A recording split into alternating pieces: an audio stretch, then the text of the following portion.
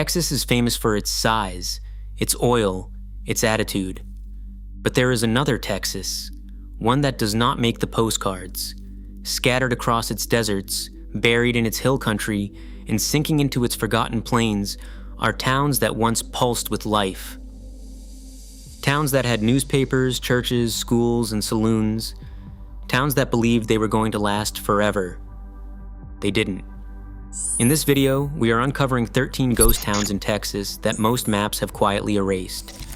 Stay until the end, because our number one pick involves a business decision so cold, locals still argue about whether anyone was ever held responsible. Let's go find what Texas does not want you to see. Number 13, Indianola, Calhoun County. Indianola was once the second largest port in Texas. Ships from Europe unloaded cargo there. German immigrants built homes, businesses, and a future on this Gulf Coast stretch in the 1840s. At its peak, more than 5,000 people called it home. Then the Gulf of Mexico decided otherwise. A hurricane in 1875 nearly destroyed the town. The residents rebuilt. But in 1886, a second storm came, bigger and meaner, and this time it brought fire. The town burned while it flooded.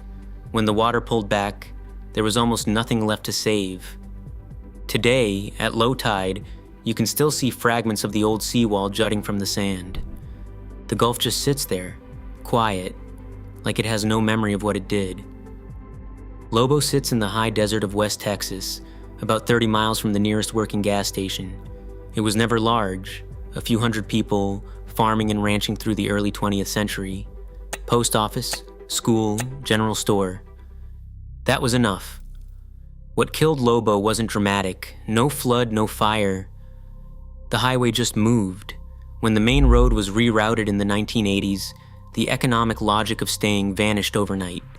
People followed the road, the buildings didn't. Drive there today and you'll find an abandoned gas station with a hand-painted sign still on the wall, and wine that feels like it has somewhere better to be. Lobo didn't die loudly. It just stopped being necessary. Number 11. Terlingua, Brewster County. Terlingua is a ghost town that refused to fully die, and that makes it one of the strangest places in Texas. Mercury mining brought thousands here in the early 1900s. At its height, 2,000 people lived in this desert canyon near the Rio Grande. The mercury ran out by the 1940s and most people followed, but a handful never left.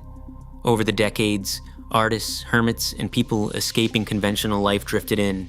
Today, Terlingua exists in a strange middle ground, part ghost town, part living community. The cemetery is active, the ruins are real, and every November it hosts one of the most famous chili cook-offs in the country, a ghost town with a party schedule, only in Texas. Number 10, Shake Hands, Robertson County. The name alone earns its place on this list. Shake Hands was a small farming settlement in central Texas, founded after the Civil War, when optimism was cheap and land was cheaper. It had a church, a cotton gin, and a post office. When the railroad bypassed it in the 1880s, businesses relocated to follow the tracks. Families followed the businesses. Within 2 decades, the town had shaken loose of its own existence. Nothing remains today except the name and old county records. Some places do not even get ruins. They just get forgotten. Number 9, Lagardo, Live Oak County. Lagardo, Spanish for lizard, once had serious ambitions. In the 1870s and the 1880s, this was a genuine contender for county seat. It had a college in the middle of South Texas scrubland. Lagardo College opened in 1882, drawing students from across the region. Then the railroad came and went somewhere else entirely. Without a rail connection, Lagardo couldn't compete. The county seat went elsewhere. The college closed. The population drained away the way ambition does when circumstances stop cooperating. A college town that the railroad never called back. Belle Plaine had everything a frontier town needed. Founded in 1876, it became the seat of Callahan County.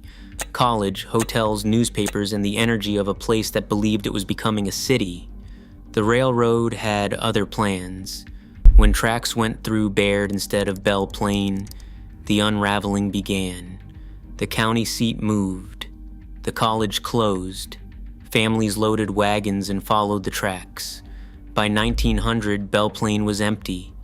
The college building stood alone for decades after the last student left. An empty school is a very specific kind of haunting. Number 7. Indianapolis, Coryell County, not Indiana. Texas. This Indianapolis was founded in the 1850s and became the original county seat of Coryell County. Courthouses, commerce, official permanence. When the county seat moved to Gatesville in 1857, Indianapolis lost its reason to exist. Residents followed the government the way they always do. Within a generation, the town was empty. Today, the only evidence it existed is a historical marker on a rural road that most people drive past without slowing down. Number 6. Casablanca, Jim Wells County. Casablanca was a small South Texas community built around agriculture and hope in the early 20th century. School, church, the quiet rhythms of rural life that make small towns feel permanent. What it did not have was water security. Drought cycles in South Texas are brutal. When the water became unreliable, the population left, not all at once, but steadily, family by family, season by season, until the school closed. The church held its last service, and the doors stayed shut. The land is still there. The silence is louder than it should be. 2 towns from Calhoun County on this list. That tells you something about what the Gulf Coast does to ambition. Formosa grew up around coastal trade in the late 1800s, with the post office, a few dozen families, and the basic architecture of a community. A hurricane ended it. Unlike Indianola, Formosa did not get a second chance. The storm came, the people left, and nobody rebuilt. The Gulf does not leave forwarding addresses. Number 4, Newton-Jones County was a county seat. That matters. County seats have institutional weight and the kind of permanence that is supposed to protect a town. It became the original seat of Jones County in the 1870s.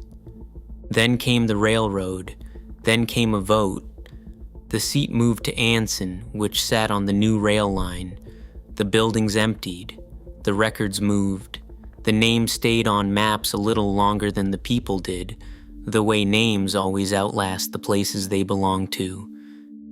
Number 3, Rotunda, Kimball County. Rotunda is unsettling because the historical record is almost nothing. It existed.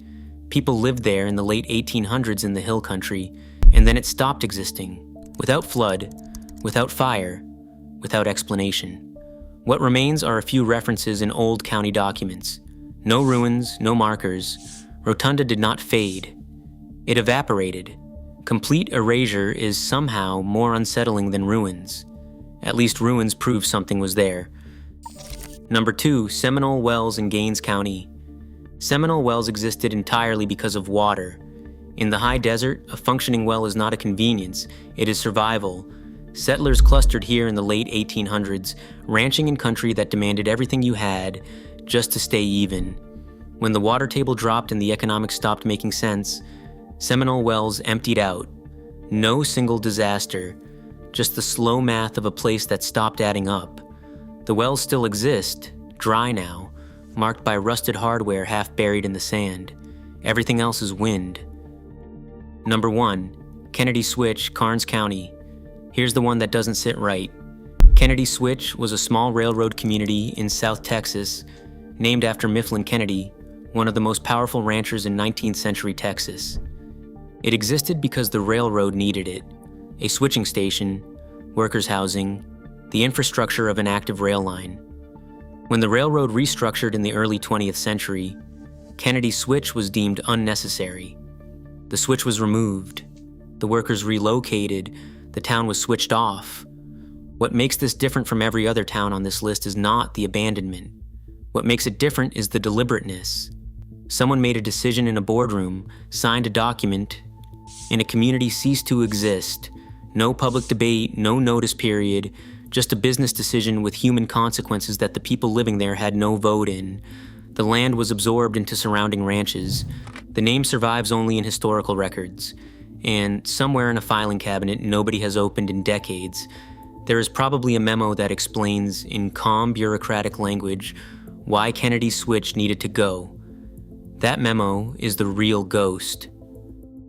13 towns, some taken by nature, some by economics, some by decisions made in rooms the residents never entered.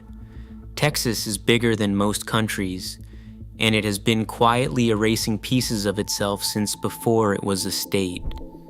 The next time you drive a Texas highway and pass a historical marker on the side of the road, slow down, read it, because behind every marker is a place that was real, that had people who loved it, and that the map eventually forgot.